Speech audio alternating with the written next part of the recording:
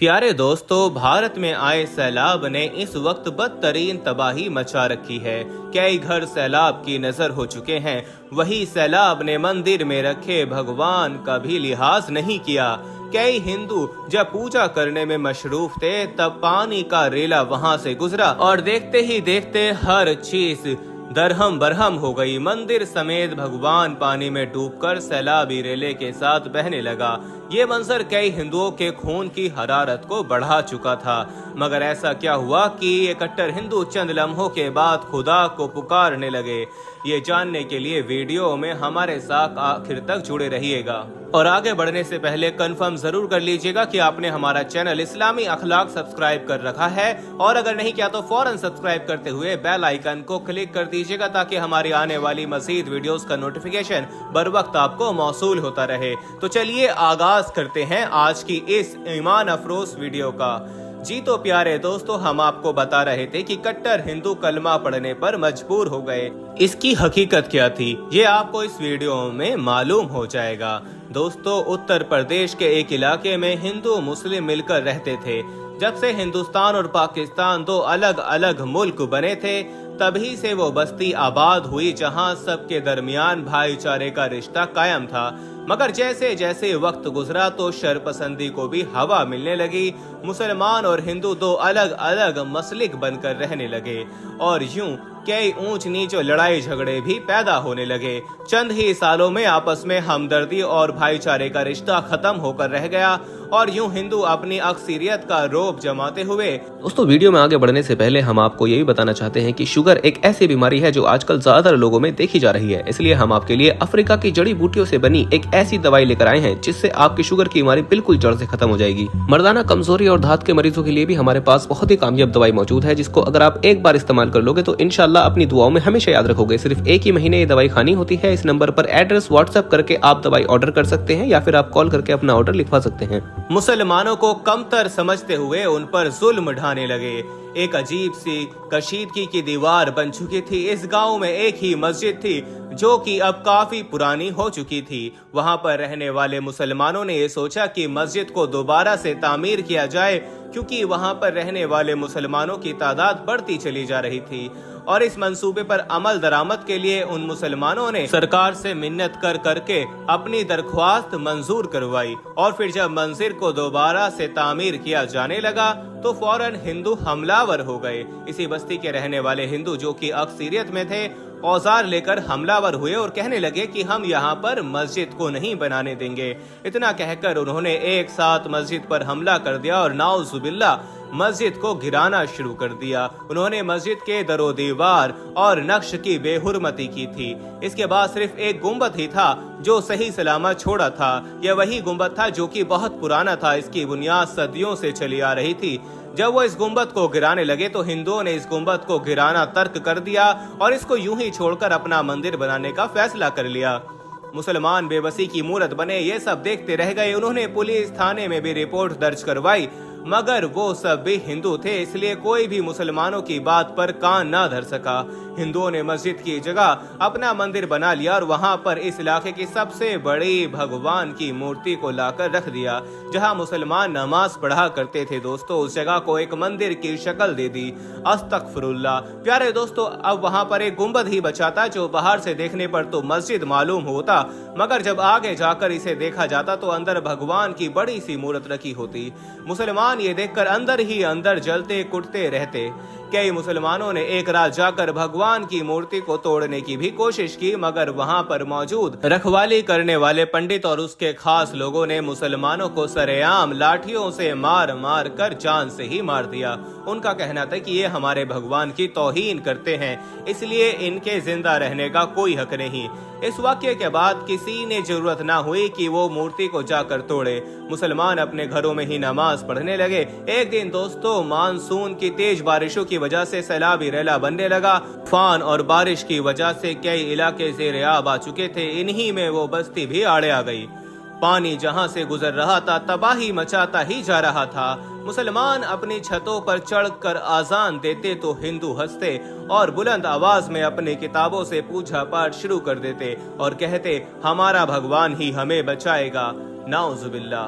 तुम लोगों के लिए किसी की कोई मदद नहीं आने वाली। वो हर तरह से मुसलमानों का अकीदा कमजोर करने की कोशिश में लगे थे। मगर जब इस बस्ती में सैलाब दाखिल हुआ तो पानी ने देखते ही देखते कई घर उजाड़ दिए। वो पानी मंदिर में दाखिल हो रहा था। ये वही मंदिर था जो कि मस्जिद को गिराकर बनाया गया था। वो पानी देखते ही देखते ठाटे मारते हुए दाखिल हुआ और एक वजनी भारी पत्थर की मूर्ति पल भर में ही सैलाब की जद में आकर बहने लगी। मंदिर में मौजूद पंडित और कुछ खास कट्टर हिंदू जो कि उस वक्त पूजा कर रहे थे कि उनका भगवान उन्हें इस मुसीबत से निजात दिला सके। जब उन्होंने ये मंजर देखा तो भगवान के लिए मदद तलब करने लगे और शोर मचाकर कहने लगे कि ऐ लोगों, बचाओ बचाओ, ये तो कैसी मुसीबत आ पड़ी, हमारा भगवान पानी में बह रहा है। जब मुसलमानों ने ये देखा जो अपनी छतों पर खड़े अजान दे रहे थे ताकि इस मुसीबत से बचा जा सके, वो तंजिया मुस्कुराहट से हिंदुओं को देखने लगे। भला ये कैसा खुदा था जो खुद ही पानी में बह रहा था। इन हिंदुओं ने मुसलमानों को खुद परस्ते देखा तो बर्दाश्त न कर सके और जोश के मारे पानी में कूदकर अपने भगवान को बचाना चाहा। उनका कहना था कि उनका भगवान उन्हें इस मुसीबत से बचा लेगा। वो भगवान के नारे लगाते मूर्ति को थाम चुके थे। हिफाजती मुकामात पर खड़े कई हिंदू ये मंजर देख रहे थे जब उनका भगवान कट्टर हिंदुओं समेत बहता हुआ जा रहा था। तभी एक नेक बुजुर्ग जो कि इस बस्ती में रहते थे अजान देने के बाद उन हिंदुओं के करीब आए जो कि छतों पर चढ़े हुए थे और दीवारों पर चढ़कर बैठे थे। वो पानी तो अब 10 फुट तक ऊपर आ चुका था। वो बुजुर्ग कहने लगे कि देख लो, ये वही भगवान है जिसकी तुम लोग दिन रात पूजा करते हो। देखो, इसने ना सिर्फ खुद को मुसीबत में डाला बल्कि अपने साथ बाकी लोगों को भी मुसीबत में डाल दिया है।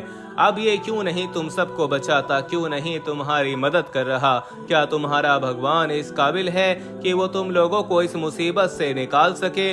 अरे ये तो खुद तुम लोगों का मोहताज है, ये तो खुद को नहीं बचा सकता, तुमको कैसे बचाएगा? दोस्तों, हिंदुओं ने जब ये सुना तो उनका चेहरा सुर्ख होने लगा। वो बुजुर्ग को कोसने लगे, मारने के लिए आगे बढ़ने लगे। मगर तभी झगड़ा रोकने के लिए कई लोग बीच में आ गए और अपने अपने मजहब के लोगों को रोकने लगे।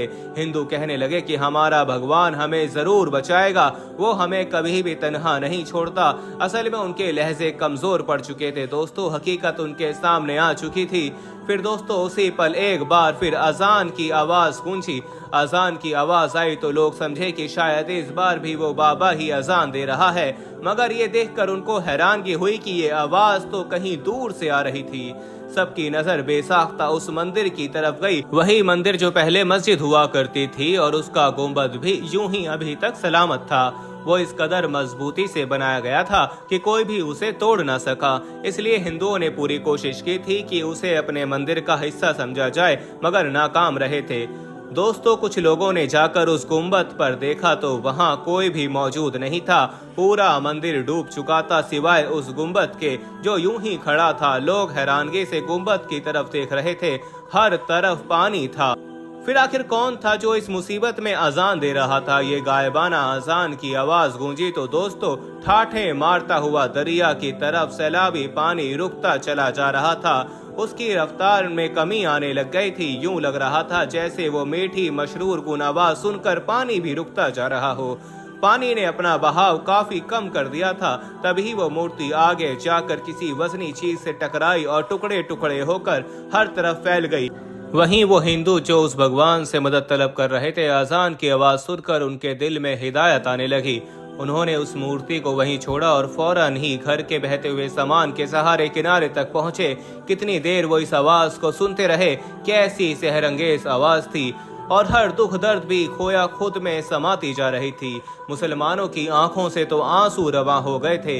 ये तो मौजज़ा था। आखिर कौन था जो इतनी खूबसूरत आवाज में अजान दे रहा था? यकीनन दोस्तों कोई फरिश्ता था जो ऐन उस वक्त मदद के लिए आसमान से उतरा था। वहां पर मौजूद कट्टर हिंदू जिन्होंने यह मंजर देखा था फौरन रोते हुए वहीं पर गिर गए, क्योंकि उन्हें इबादत का तरीका नहीं पता था। वो अपने ही अकीदे के मुताबिक हाथ जोड़कर उन बुजुर्गों से कहने लगे कि बाबा हमें कलमा पढ़ा दीजिए, हमें बताइए कि हम खुदा का कैसे शुक्र अदा करें। यकीनन आप हक पर थे, आपका धर्म ही असल धर्म है। हम तो असल से ही ऐसे खुदा को मानने वाले थे जो फकत पानी के बुलबुले से जायद और कुछ भी नहीं था। दोस्तों, कई हिंदुओं ने उस रोज इस्लाम कबूल कर लिया। तूफान जब थमा तो उन हिंदुओं ने, जो कि मुसलमान हो चुके थे, अपने हाथों से उस इलाके में बड़ी मस्जिद तामीर की। खुदा बंदे आलम से दुआ है कि वो सभी इंसानों को हिदायत दे और नेकी की राह पर चलने की तौफीक इनायत फरमाए। आमीन या रब्बुल आलमीन। कमेंट में आप भी आमीन लाजमी लिखिएगा। वीडियो पसंद आने की सूरत में इसे लाइक करते हुए दोस्तों में शेयर जरूर कीजिएगा। अपना बहुत ख्याल रखिएगा और उनका भी जिनका कोई ख्याल नहीं रखता। आने वाली वीडियो में दोबारा आपसे एक नए मौजू के साथ मुलाकात होगी। तब तक के लिए अल्लाह निगहबान।